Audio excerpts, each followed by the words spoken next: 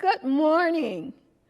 Welcome once again to Sunday School with New Life Church of Orlando, 3311 North Powers Drive in the beautiful city of Orlando, Florida. Bishop Derek W. Hutchins is our pastor. I'm Ruthie Warren. Today is Sunday, September 20, 2020. Our study continues in the Christian Life series by Union Gospel Press. And our thought for the quarter is preparation of a nation. We know we're talking about Israel, God's chosen people, but still we who are called by his name today are God's chosen people. Therefore, we are observing Israel with the intent to regulate our thoughts, our ways, and our attitude. So let's take a look at today's lesson. God is our provider. We're talking about provisions. Here he has provided the essentials for Israel. He provided food, quail and manna. He provided water. He provided deliverance and the like. So in our lessons today, and I invite you, let me stop and just invite you. If you're joining us for the first time, I invite you to preview previous lessons on YouTube and or Facebook. Our lesson today, God gives victory over the Amalekites. God is our provider. Now, when I say this, on the previous lessons, God has provided the essentials, food and water. He has also tested Israel. He has proven them so that they would know who they are. God already knows who we are. So last week, Israel was tested and proven. We learned that we need to pass tests. Tests have benefits, again, to show us who we are. God already knows who we are. Third, last week, like Moses, we as leaders must be conscious, watch this, to first consult with God when we are going into situations. Then use the instrument that God has given us to represent his authority, his presence, and his power. With Moses, it was the rod. What has God given you? So today, we're going to transition from tests to battles. All right? Our lesson is God gives victory over the Amalekites. It's coming from Exodus 17th chapter, 8 through the 6th verse. God is still our provider, and victory is in his hand. When God is in the fight, the opponent can be assured of ultimate, sustained consequences. For greater is he that is with us than he that is against us. So looking at our subject, let's dissect it a little bit. God, the supreme, the sovereign one, gives victory. What is victory? Victory is defeating the enemy. He gives victory over the Amalekites. Well, who are these Amalekites? Let me just give you a little brief preview of them. If you remember Esau and Jacob, Esau was the elder. Jacob received the blessing. Well, the Amalek, who the Amalekites are from, is Esau's grandson. So you would think, oh, there may be some bad blood there. We'll find out as we go along. Okay, so let's get into the scripture. We have two outlines today. The first outline is a great battle. The second outline is a divine declaration. So we're going to read verses 8 through 13. Then came Amalek, we know the grandson of Esau, and fought with Israel in Rephidim. We know where Rephidim is. Rephidim is close to Mount Horeb. And we have not yet reached Mount Sinai. We're about maybe 2 months away from Egypt. So we've had to learn a lot of lessons. And these lessons are going to be beneficial to our journeying. So, saints of God, the same is true of us. By precept and example, we are looking at Israel to learn the lessons that we can apply to our lives in today, especially in this pandemic. All right? So it reads, then came Amalek and fought with Israel in Rephidim. And Moses said unto Joshua, choose us out men and go out, fight with Amalek. Tomorrow I will stand on the top of the hill with the rod of God in my hand. Now, it seems that Amalek is a nomadic tribe, the Amalekites, a nomadic tribe. They travel from place to place. And it seems that they have been attacking Israel from the hind part. You know, when they came out of Egypt, they were 1 million people strong. And if you can imagine what kind of mileage that must have been, and the Amalekites attacking from the rear. So you're getting the feeble, the old, the young, which is an abomination in God's sight. The word has come to Moses, and he's aware of it. And so Moses says, Joshua, I choose you. I want you to go out and get men, and we're going to fight with them. And I'm going to, Joshua, I'm going to stand on top of the hill with the rod of God in my hand. Let's reflect on last week's lesson when we talked about leaders, and today we're including sub-leaders. God told Moses last week, when Moses approached him about the rock and the water, he says, Moses, what's in your hand? You go to the rock, and I'm going to be with you. And here I'm saying, watch this 9th verse. Moses learned a lesson. He did consult God, but watch this. He says, and go out and fight with Amalek. Tomorrow I will stand on top of the hill with the rod of God in mine hand. He has learned, he picked it up. Okay, God, I learned your lesson. You told me what to do, so you don't have to repeat that to me again. I don't have to learn that lesson again. I've got it. You got it? Leaders, I got it. Verse 10. So Joshua did as Moses had said to him and fought with Amalek. And Moses, Aaron, and went up to the top of the hill. Now watch this.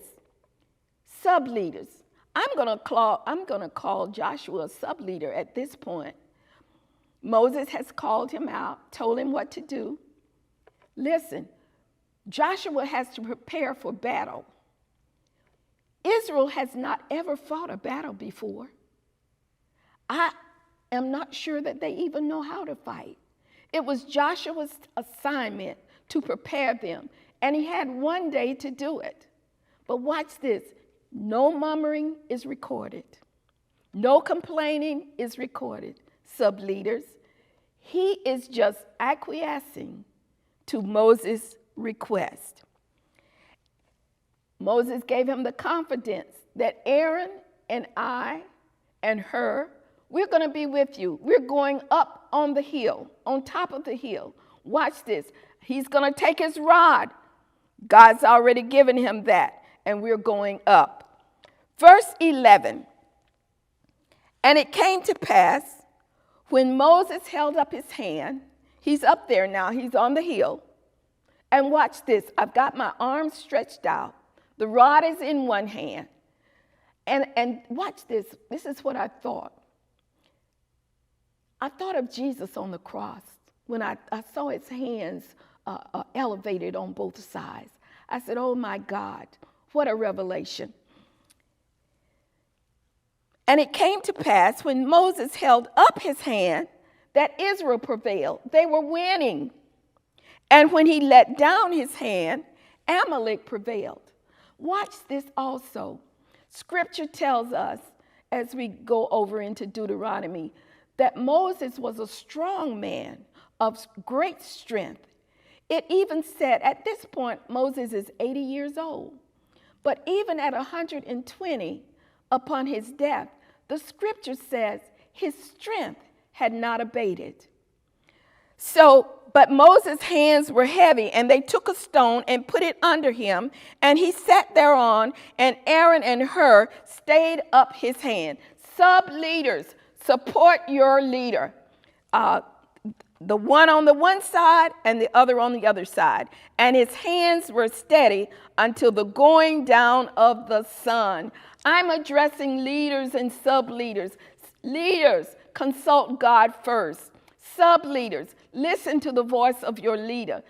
Be obedient in following instruction and know that he is with you. And Joshua discomforted Amalek and his people with the edge of the sword. In other words, Israel won. They won the battle because God was with them. The rod was the evidence. The rod was the confirmation of the Lord's presence, his power, and authority. Outline number 2, which is a divine declaration, verses 14 through 16. And the Lord said unto Moses, write this for a memorial in a book, and rehearse it in the ears of Joshua. For I will utterly put out the remembrance of Amalek from under heaven. I want you to notice something here. This is the first recording of Joshua that we see in Scripture. God knows the end from the beginning. It seems to me, as I read this next verse for you, it seems to me God already knows that he has a plan for Joshua. God says to Moses, rehearse this in Joshua's ears. Why do you want me to rehearse this, Lord? He didn't ask the question, but rehearse it. It seems that God has a plan for Joshua. I'm going to use him. So you rehearse this in his ears so that he will remember it. And Moses built an altar and called the name of it Jehovah Nissi. For he said, because the Lord has sworn that the Lord will have war with Amalek from generation to generation. God was not pleased with what Amalek had done toward Israel. And let me just read Deuteronomy. I want to read this scripture to you. Deuteronomy 25, 18 through 19. It reads like this. I want you to remember, Joshua, make this memorial, Moses, so that it would always remind him how he met thee by the way, he, me, and Amalek, and smote the hindmost of thee, your young and your old, even all that were feeble behind thee, when thou wast faint and weary, and he feared not God. He, Amalek, feared not God. Therefore it shall be, when the Lord thy God hath given thee rest from all thine enemies round about, God himself, in the land which the Lord thy God giveth thee for an inheritance to possess it, thou shalt blot out the remembrance of Amalek from under heaven. Thou shalt not forget it. I want you to rehearse it in Joshua's ears. I don't want you all to forget. I want you to wipe him out because he came against my chosen people in an abominable way. In my focus today, I see instructions and encouragement to leaders and sub-leaders. We're in a battle, and we're in it to win, not just to observe, but to influence its outcome. Moses, Aaron, and Hur were not up on the hill just to observe the battle, but they were there to influence. And what a great influence they had. The test that we go through is just to give us an opportunity to make conscious decisions. But a battle is a sustained fight and requires defensive actions and response. This was a battle. Our lesson says God gave victory over the Amalekites. They were in a battle. God gave them the victory, but it required fighting. And as we continue to travel with Israel in this journey, we're going to fight. We're going to learn. God has given them the promised land, but he said, you're going to have to fight for it. Now, I want to make a couple of points in my conclusions. Create leaders, sub-leaders, create an atmosphere for battle. This was a battle. If you watch the war room, they created an atmosphere for battle. Moses created an atmosphere for battle up on the hill. So, leaders, sub-leaders, when you're in a battle, saints, create an atmosphere because it's going to require energy. You're going to have to put forth some effort, a little bit different from a task. You're going to have to put forth some physical energy in a battle. Pray, worship, in addition to preparation, putting on the whole armor. Will you praise and worship in the midst of your battle? I encourage you. I've given you those little points. Praise and worship in the midst of the battle. Be prepared for it. Preparation. Thanks be to God, which giveth us the victory over and over again. God is he that goeth with you to fight for you against your enemies. Jehoshaphat, thus saith the Lord to you, be not afraid, nor dismayed in your battle, for the battle is not yours, it's the Lord's. Take what God has given you and go into battle. Be prepared.